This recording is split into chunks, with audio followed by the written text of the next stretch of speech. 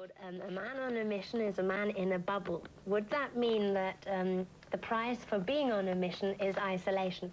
I think so, yeah. The man on a mission is a man in a bubble. I mean, I'm not just talking about the salesman, the guy in the car whose family are asleep in bed by the time he gets home, and he's so concerned about the stock market that he can barely eat in the morning. The man on a mission, the salesman, Willie Loman, Death of a Salesman, Reginald Perrin. These characters I've always enjoyed. I like the idea of having my hair all over the place and a nice car, filling it up at the station next to someone who thought that someone like me, you know, because they're so involved in these symbols, be it the nice car, be it the whatever. That was what rock and roll, that's what excited about it. That's why I loved Elvis and his big pink car. You know, I like the fact that he, you know, showed another way. So the man on a mission could be me, it could be the salesman. We're all slightly blind people on a mission, yeah. But that's a strange thing, because at first I thought being on a mission, which means isolation, would be a negative mission, but there can be also a positive mission, like taking care of your family or whatever. Yeah. And that also means isolation in a way, a good isolation. Yeah. Because you're fighting against something. Yeah.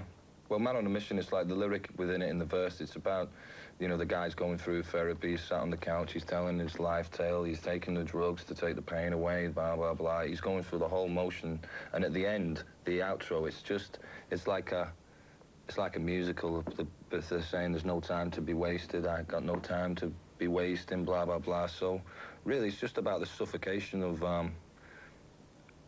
the way that life and the need for success and for material things kind of suffocates the real beauty in life out of people's lives, you know. Yeah. And but I'm a sucker for that as well, you know. And I'd like to talk about the people in your close around you, sort of, if you who you accept as a critic of your music. Who do you show a finished song to? Chris Potter, the producer, and Kate, my wife, and a couple of friends who were in the band. That's about it, really. They're the people. I don't think you need the opinion of hundreds of people, really, you know. I don't need it, really. But I do need the opinion of people that I, like I said, trust, and you trust their opinion. Their opinion, you trust it because over the years they've shown you that their viewpoint is often grounded in sense, like my wife, you know, constantly telling me things. And as soon as she says it, I think, Christ, we better sort that out, because that is going to happen, because, you know, it's happened. She's been right so long, why do I keep denying this, you know? Okay, we'll have a short break and then we're back with Richard Ashcroft.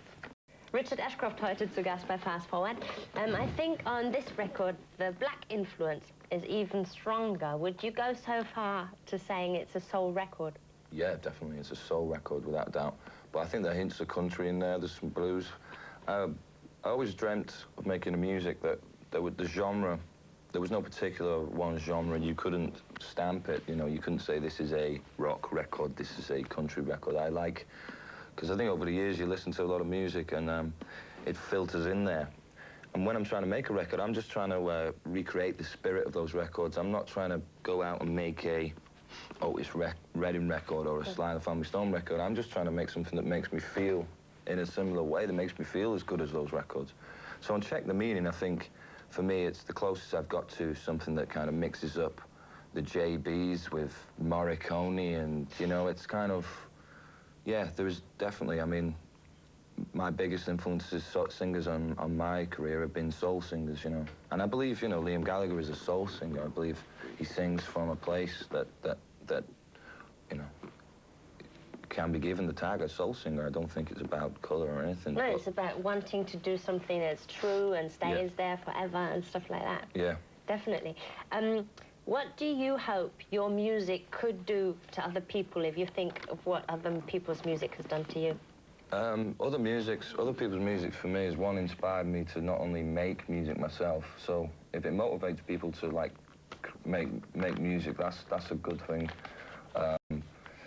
And afterwards, if it, I don't know. I just want them to have something that is with them for life. Then I've not created or made something that's going to have a sell-by date that's going to, in 6 months' time, you're going to be bored. I hope that in 6 years' time, there'll still be things within the record that are new, that you're enjoying. So hopefully I hope people have bought something that, like I said, is with them for life in a disposable world. Yeah. What's up next? Next for me, Lots of touring, or? Yeah, I'm doing a tour of England in November. I'm back to doing a couple of dates in Germany in December.